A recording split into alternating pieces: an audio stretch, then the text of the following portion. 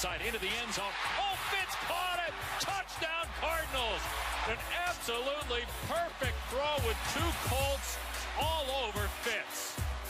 Fitz caught it and breaks the tackle. He got it. One-handed catch by Fitz. Is caught. Fitzgerald leads.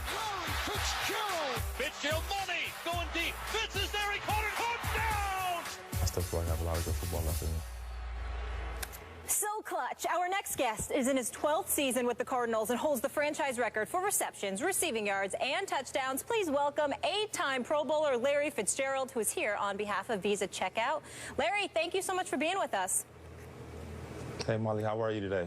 Excellent. All right, let's get into it. You tweeted this after Sunday's win against the Browns.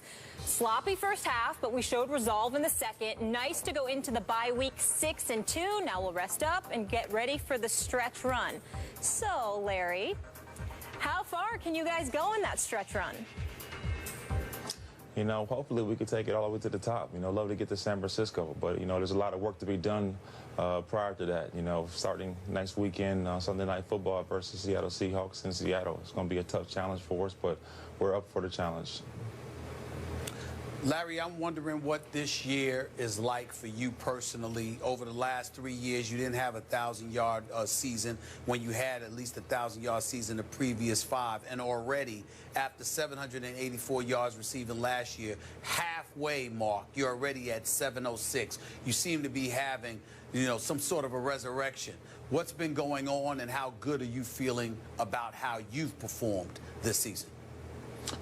Well, Stephen, it's always great to be able to have some personal success, but, you know, at this point in my career, it's all about the team success, to be honest with you. I mean, the personal accolades have done it, you know, but, you know, to be able to have a team that has the opportunity to compete for something that's truly special is what it's all about. Having Carson Palmer back healthy, having Chris Johnson balling out, having John Brown and Michael Floyd doing their thing with me, I mean, it makes it that much more fun.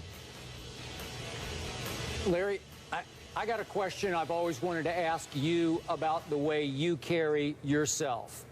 I think it's fair to say that you are less of a diva than many of the players that play your position in the National Football League, many of the other star receivers.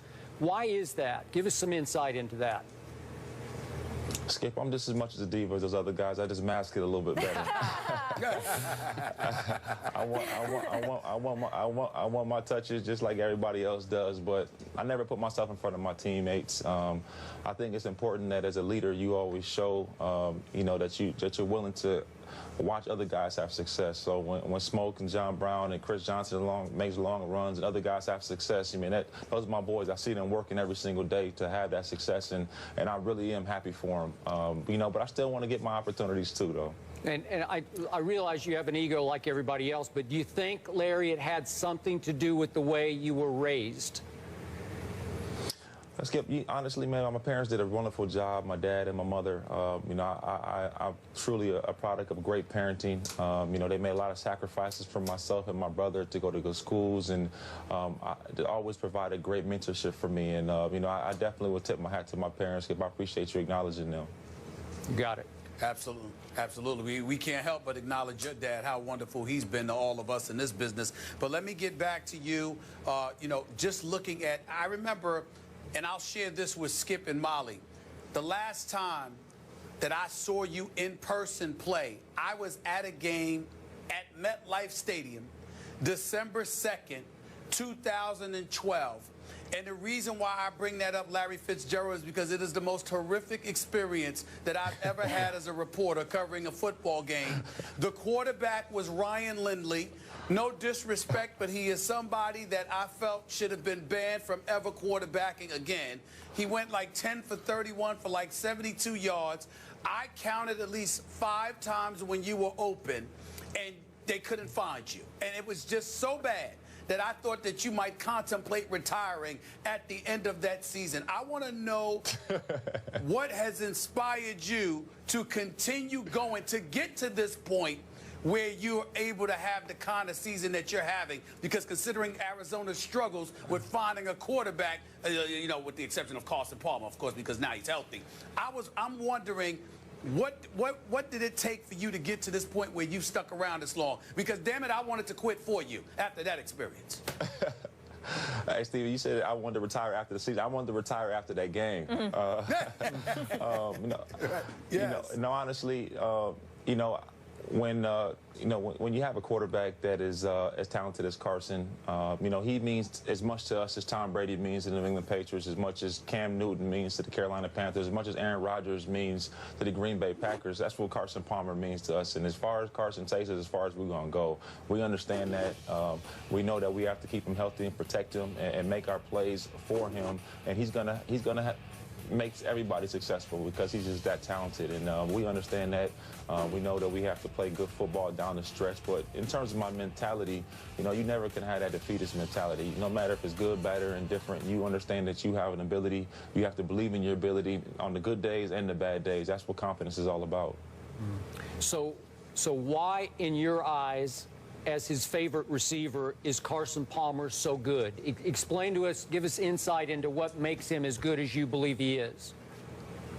Well, Skip, most guys, when they get injured after the season, they go on IR. You don't really see them too much. They go rehab in San Diego or Dallas or Miami or whatever they go rehab. Carson Palmer rehabbed in Arizona at our facility every single day. So when we were going through our game plan, Carson was there. When we were watching tape, Carson was there.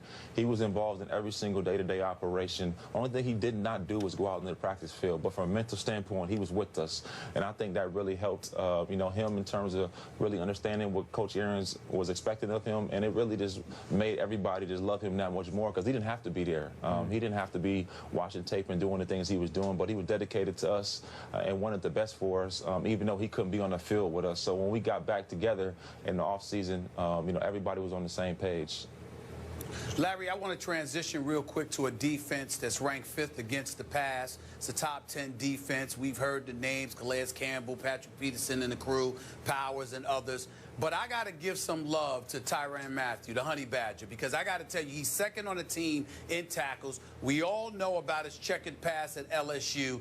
There seems to have been like I don't know what to call it, but boy, does this kid deserve a lot of credit. He's always around the football. We knew that coming out of LSU. He can really play the game, but it seems to me like he's really grown up, to piggyback off of Skip, on the field as well as off the field. I want you to talk about him for a quick second and talk about the impact yourself, Bruce Arians, the whole Cardinals organization has had, because I think this kid is really special and we need to take a moment to give him some love. Well, Stephen, I think a lot of times this happens is when people evaluate guys, they say, oh, he did this, he made a mistake. How many people do you know that have never made a mistake before? There's nobody out there. Tyrann's one of the most special individuals you'll ever be around. His dedication and attitude is infectious among our locker room. He's a young guy, but he is definitely one of our true leaders in our team. We love his passion, we love his energy, we love his charisma, everything he brings to this ball club. He leaves it out on the field every single day. And, having him be a part of our team only makes us that more special because he's so dynamic. He can play corner, he can play nickel, he can play safety. He's one of our best blitzers, one of our best open field tacklers. He's so talented and what he can do for our ball club, and everybody recognizes that in his ability, and we're going to go far because of his ability. It's good to see him doing it not just in college, but at the NFL as well. Larry, thank you so much for the time on your bye week. Congrats on your personal success, the team's success, and good luck down the stretch. We'll be watching. Thank you very much. You guys have a great day. All right, up next, Johnny Manziel will start tonight when the Browns face the undefeated Bengals in Cincinnati. We'll tell you what we expect from Johnny. That's next. Ryan Clark will join that conversation. Stay here.